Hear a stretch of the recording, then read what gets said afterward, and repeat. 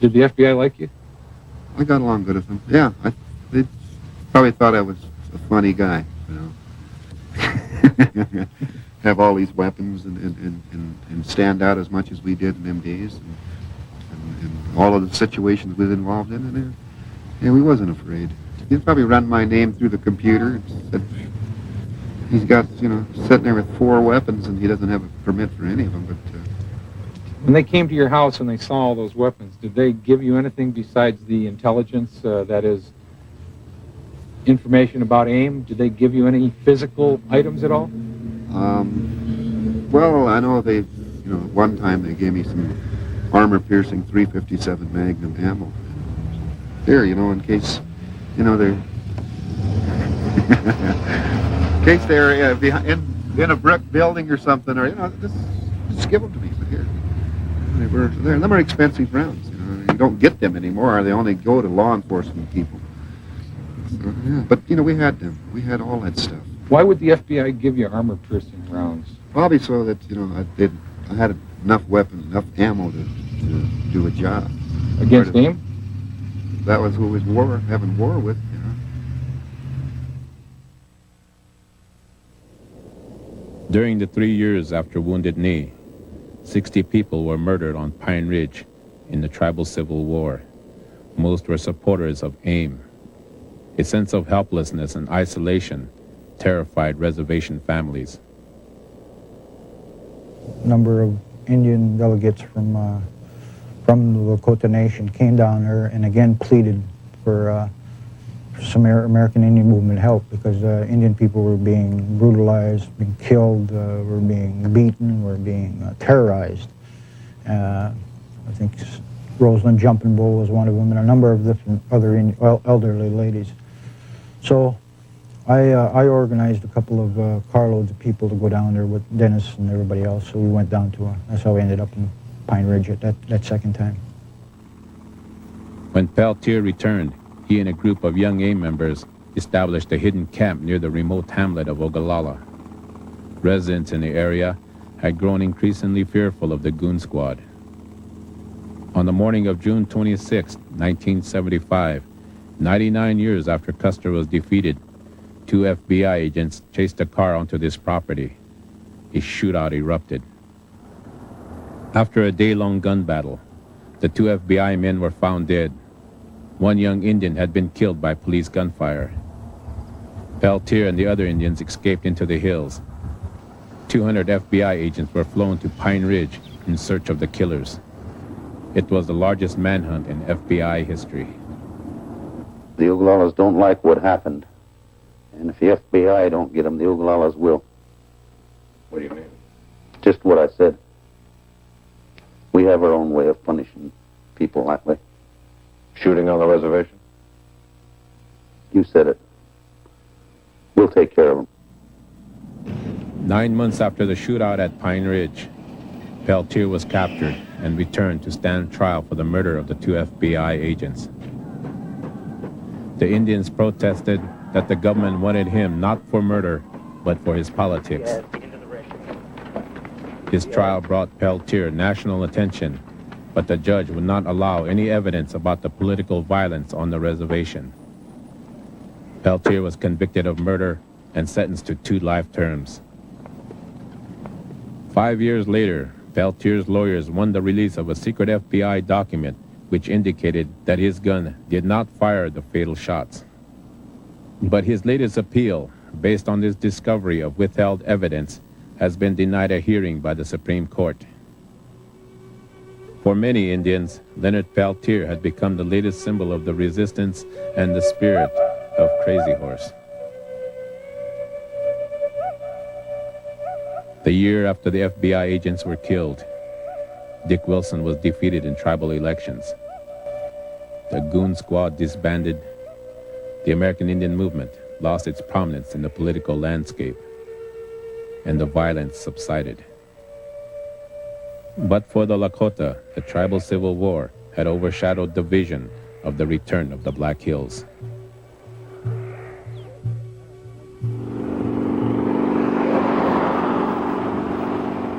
Today, the Black Hills are still occupied by the white men.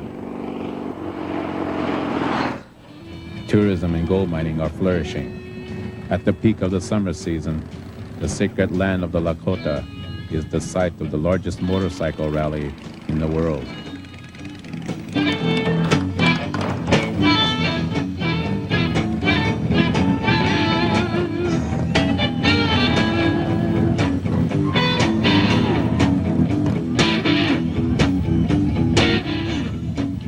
But for more than 100 years, the Lakota people had never abandoned their claim to the Black Hills.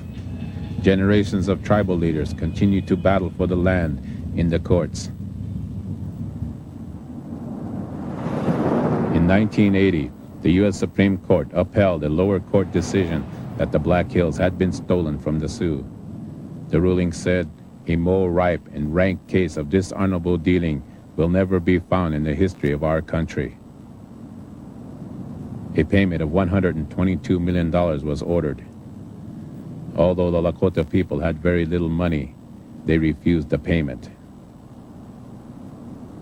The United States, in effect, stands prepared to pay and is trying to pay to the Sioux Indians over $100 million, including the principal and the interest for the Black Hills, for that wrongful taking. Now, when the Supreme Court wrote that decision, they recognized this was not the most honorable thing that ever took place. That is, that the Indians were probably taken advantage of. But nevertheless, it's something that the United States government did, and it's history, and so it's something that's got to be lived with. And we're trying to abide by the law of the land, and that is, when something is taken by the government, the person from whom it is taken is entitled to just compensation. The Supreme Court says you've got to do that. You've got to pay them just compensation, and that has been arrived at. Some of the Indians are now saying, hey, we don't want the money, we want the land back. But that isn't the way it works. History has moved on down the road, and you can't go back to 1877. You can't bring the buffalo back. Before the 1970s, many Indians might have given up and taken the money. But the militancy of that time sparked the resurgence of Lakota spirituality on the reservation.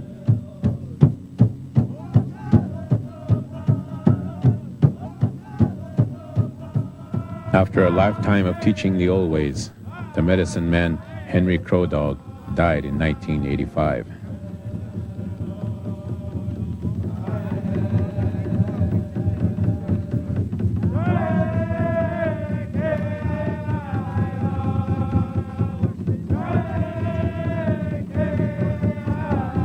He had taught a new generation of Indians that what was fundamental to Indianness was the spiritual connection to the land.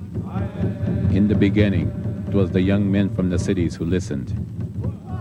But after the Civil War on Pine Ridge, the mixed bloods began to find a new respect for the traditional ways.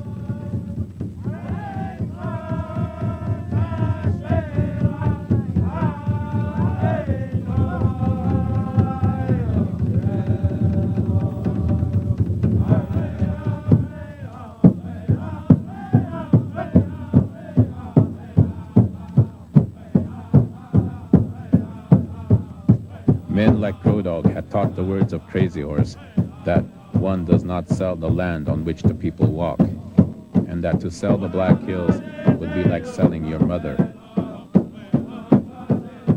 Those teachings would now blossom into a widespread demand for the return of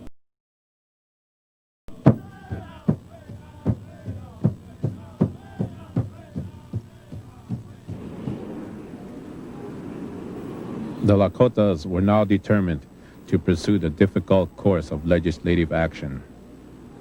New Jersey Senator Bill Bradley proposed a compromise solution to give back all federal land in the Black Hills. This is a congressional act that would cede to the Sioux Nation 1.3 million acres of land in the Black Hills area of South Dakota. Now, there's no private land involved, no state-owned land involved. All rights of access, timber rights, grazing rights existing now would continue to exist. It would create a Sioux National Park that would be available for everyone to come and visit.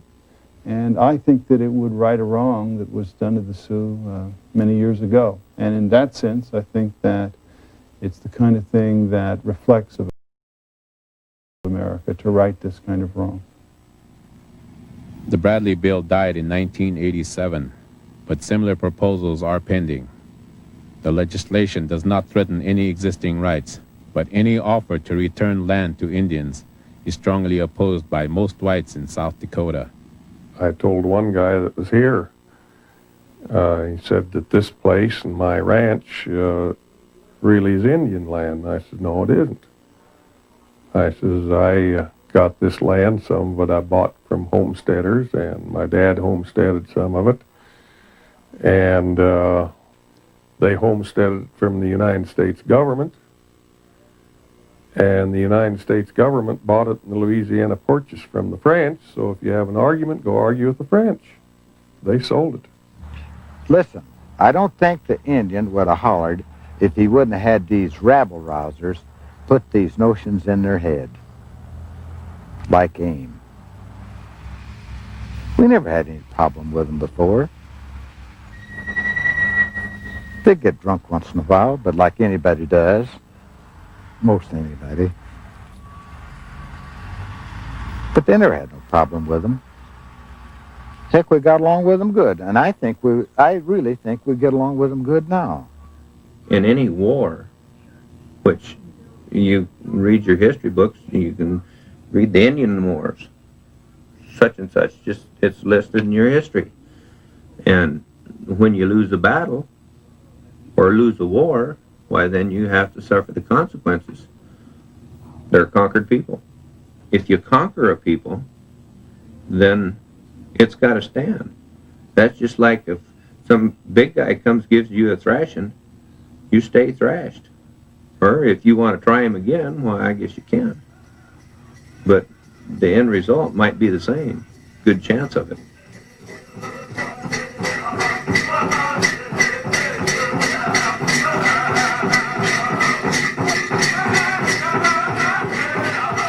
Today, the Lakota people are more unified than any time I can remember.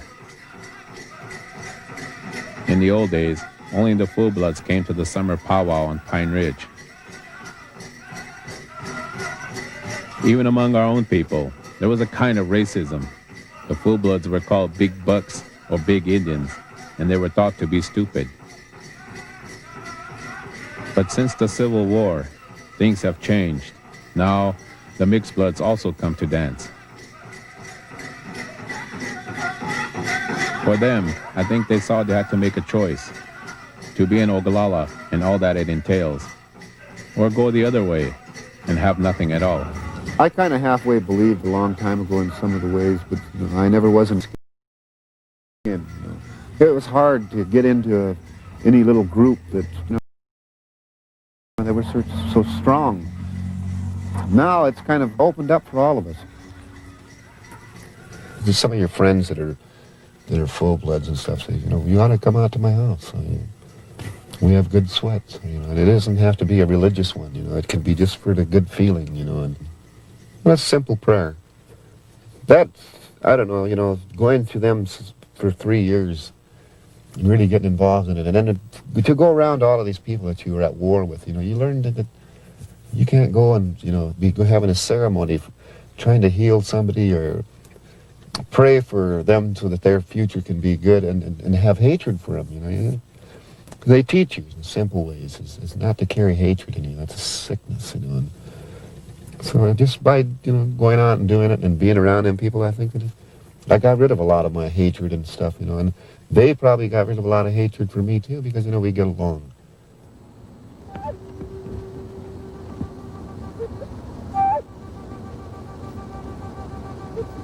Buried in the cemetery at Wounded Knee are the last 100 years of the history of my people. This is the mass grave of the 300 Lakotas massacred in 1890. Here too is the grave of Glenn Three Stars. He was a prominent member of the Goon Squad. He is buried next to Milo Goings, who was inside Wounded Knee in 1973. 5 generations have now passed since Crazy Horse was killed. Nobody knows where he is buried. The vision of Crazy Horse was to stop the encroachment of the white man through the medicine of the mole, who can come out of the ground anywhere, any place, any time, to fight. He may come back in 10 different people, 10 different ideas, and become very powerful, suddenly disappear.